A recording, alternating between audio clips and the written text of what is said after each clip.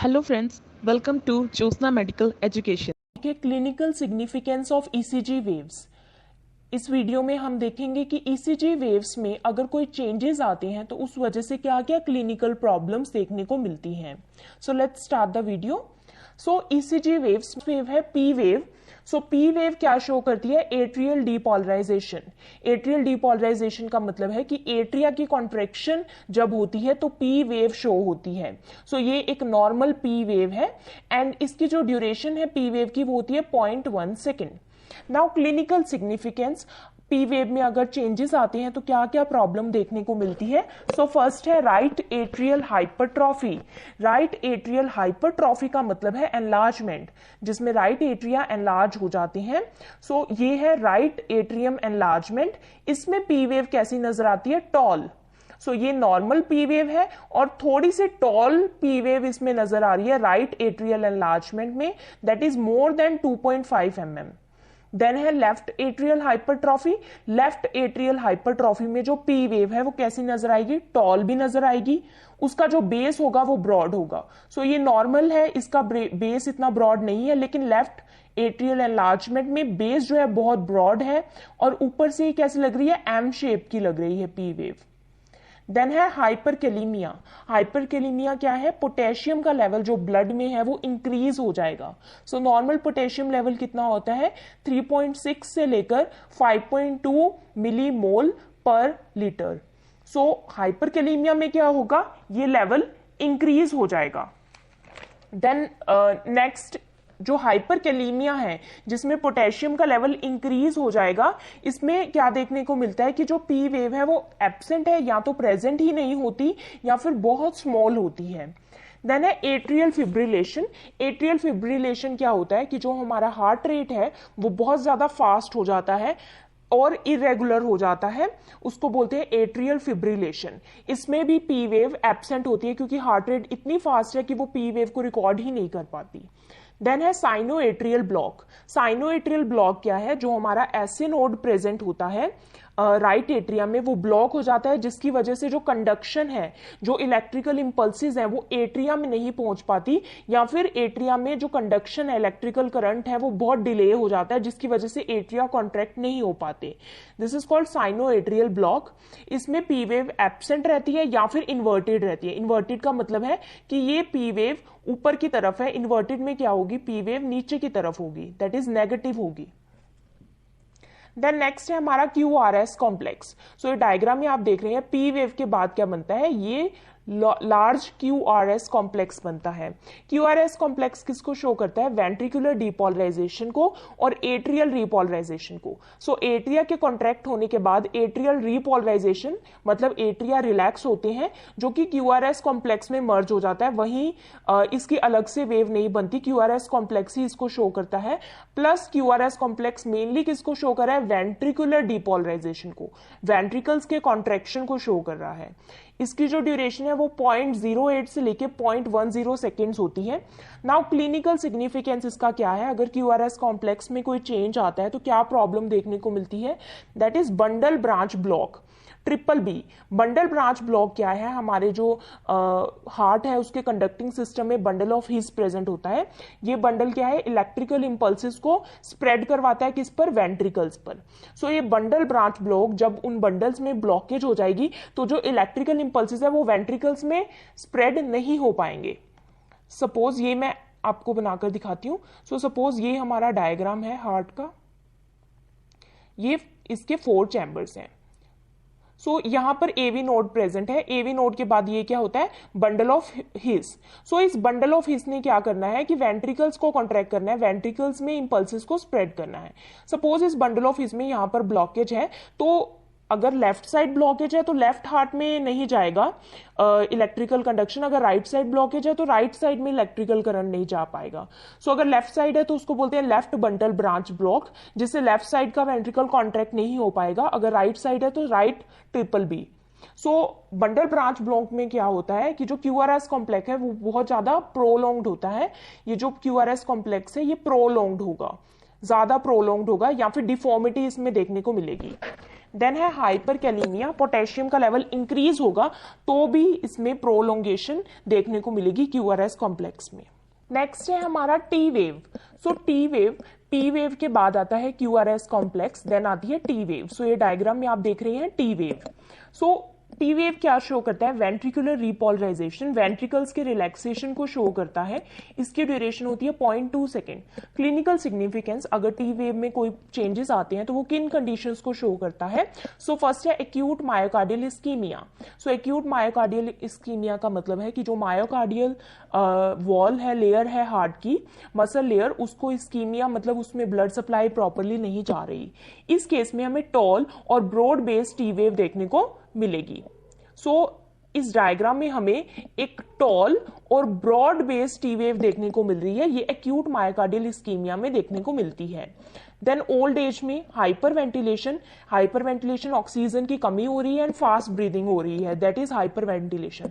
Carbon dioxide तो छोड़ रहे हैं ज्यादा लेकिन ऑक्सीजन प्रॉपरली नहीं मिल पा रही ब्रीदिंग के थ्रू, उसको बोलते हैं हाइपरवेंटिलेशन। देन एंजाइटी में मायोकार्डियल इन्फार्क्शन, एमआई में left ventricular hypertrophy, left ventricle enlarge हो गया है, या फिर पेरिकार्डाइटिस, पेरिकार्डियम जो लेयर है हार्ट की उसमें इंफेक्शन है।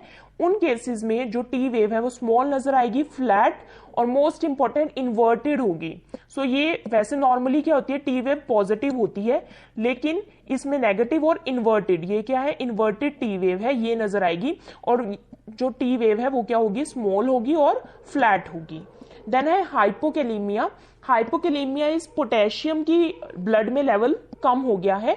इन केसेस में भी स्मॉल, फ्लैट और इन्वर्टेड टी वेव नजर आएगी। देन है हाइपरकैलेमिया, पोटेशियम का लेवल अगर इंक्रीज हो गया है तो हमें टॉल और वेरी पॉइंटेड टी वेव नजर आएगी। सो अगर हाइपरकैलेमिया है सो इस तरह से सपोज ये है एक टॉल और वेरी पॉइंटेड टी वेव हमें नजर आएगी हाइपरकैलेमिया में। Next is you wave. So you wave बहुत ही रेयरली देखने को मिलती है। सो यू वेव नॉर्मली नहीं दिखती है ईसीजी वेव्स में। अगर यू वेव दिख रही है तो वो क्या शो कर रही है, repolarisation of papillary muscles. So papillary muscles हमारे वेंट्रिकल्स में प्रेजेंट होते हैं। सो ये जो मसल्स हैं ये वेंट्रिकल्स के वॉल्स के पास प्रेजेंट होते हैं। अगर वेंट्रिकल्स के कुछ पार्ट, कुछ मसल्स रिलैक्स होना रह गई हैं, उनमें रिपोलराइजेशन बाकी है तो यू वेव शो होगी। वैसे तो वेंट्रिकुलर रिपोलराइजेशन को कौन शो करता है, टी वेव, बट कुछ पार्ट्स अगर रिपोलराइजेशन के लिए रह गए हैं तो वो यू वेव में शो होंगे। अब यू वेव अगर शो हो रही है, अपीयर हो रही है, तो उसका क्लिनिकल सिग्निफिकेंस क्या है, कौन सी प्रॉब्लम देखने को मिलती है अगर यू वेव शो हो रही है। सो यू वेव, ये है टी वेव, टी वेव के बाद ये यू वेव दिख रही है। सो ये यू वेव किसको शो कर रही है, हाइपरकैल्सीमिया को। हाइपरकैल्सीमिया क्या है, कैल्शियम का लेवल ब्लड में इंक्रीज हो गया है। यूजुअली कैल्शियम का लेवल 8 to 10 mg/dl होता है, इससे एक्सेस हो तो हाइपरकैल्सीमिया होता है। देन थायरोटॉक्सिकोसिस, थायराइड हार्मोन का लेवल हमारे जो ब्लड में ज्यादा इंक्रीज हो गया है, या फिर हाइपोकैलेमिया, पोटेशियम का लेवल कम है। सो इन केसेस में यू वेव अपीयर होगी।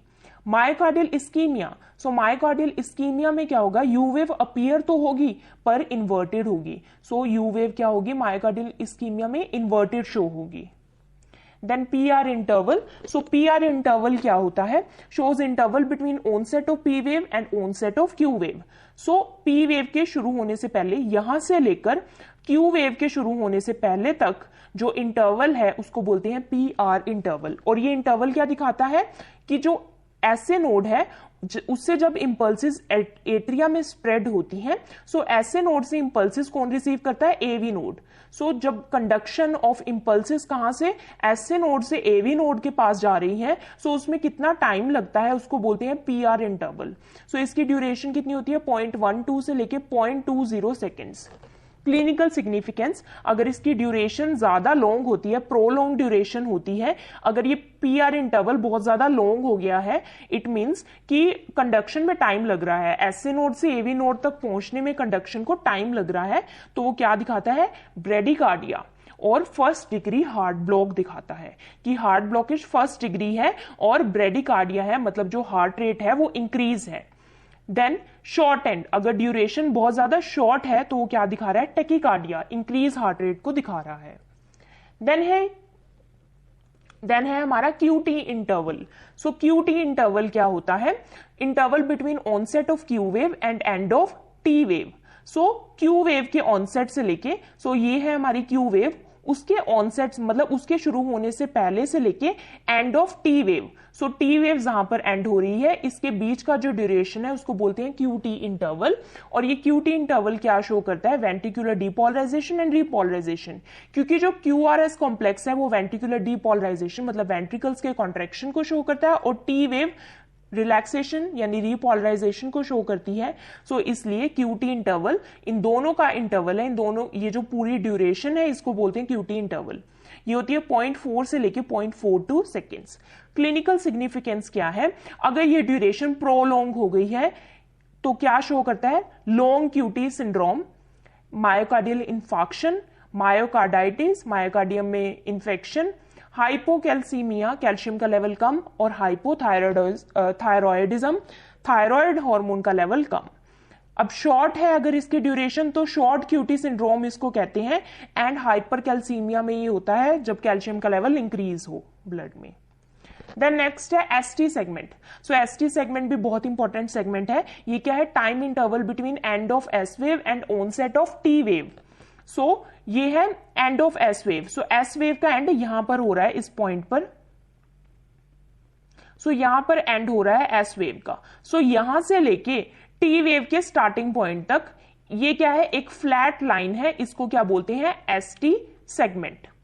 और ST सेगमेंट से पहले एक J पॉइंट बनता है। सो ये जो पॉइंट है ये है QRS कॉम्प्लेक्स। सो QRS कॉम्प्लेक्स जहां पर खत्म हुआ है और ST सेगमेंट जहां पर शुरू हुआ है, ये पॉइंट इसको बोलते हैं J पॉइंट, क्योंकि ये जंक्शन है QRS कॉम्प्लेक्स का और ST सेगमेंट के बीच का। अब इसकी ड्यूरेशन होती है 0.08 सेकेंड। क्लिनिकल सिग्निफिकेंस ये बहुत इंपॉर्टेंट है। एलिवेशन, अगर इसका एलिवेशन हो जाता है ST सेगमेंट का, सो ये एक फ्लैट लाइन है और यहां पर ये क्या दिखाया हुआ है? ये एलिवेट हो रही है लाइन। सो अगर इसकी एलिवेशन हो जाती है तो वो क्या शो करता है? एंटीरियर और इंफीरियर मायोकार्डियल इंफार्क्शन, जिसको ST एलिवेशन मायोकार्डियल इंफार्क्शन भी कहते हैं, दैट इज STEMI भी कहते हैं। सो लेफ्ट बंडल ब्रांच को भी ये शो करता है, लेफ्ट बंडल ब्रांच ब्लॉक को भी एलिवेटेड ST सेगमेंट शो करता है, या फिर एक्यूट पेरिकार्डाइटिस को भी। देन डिप्रेशन, अगर ये ST सेगमेंट डिप्रेस होती है, नीचे की तरफ डिप्रेस हुई है, तो तब क्या शो करता है? ये एक्यूट मायोकार्डियल इस्कीमिया को शो करता है, पोस्टीरियर MI को शो करता है, वेंट्रिकुलर हाइपरट्रॉफी और हाइपोकैलीमिया। अगर ये प्रोलॉन्ग है, लाइक ये ST सेगमेंट कि यहां तक है ये, और ये प्रोलॉन्ग हो जाती है, लॉन्ग हो जाती है, और तो वो हाइपोकैल्सीमिया को शो करती है। और अगर शॉर्ट हो जाती है तो वो हाइपरकैल्सीमिया को शो करती है। So if you understood this video, please like, subscribe and share my channel. Also do support women empowerment. Thank you for watching.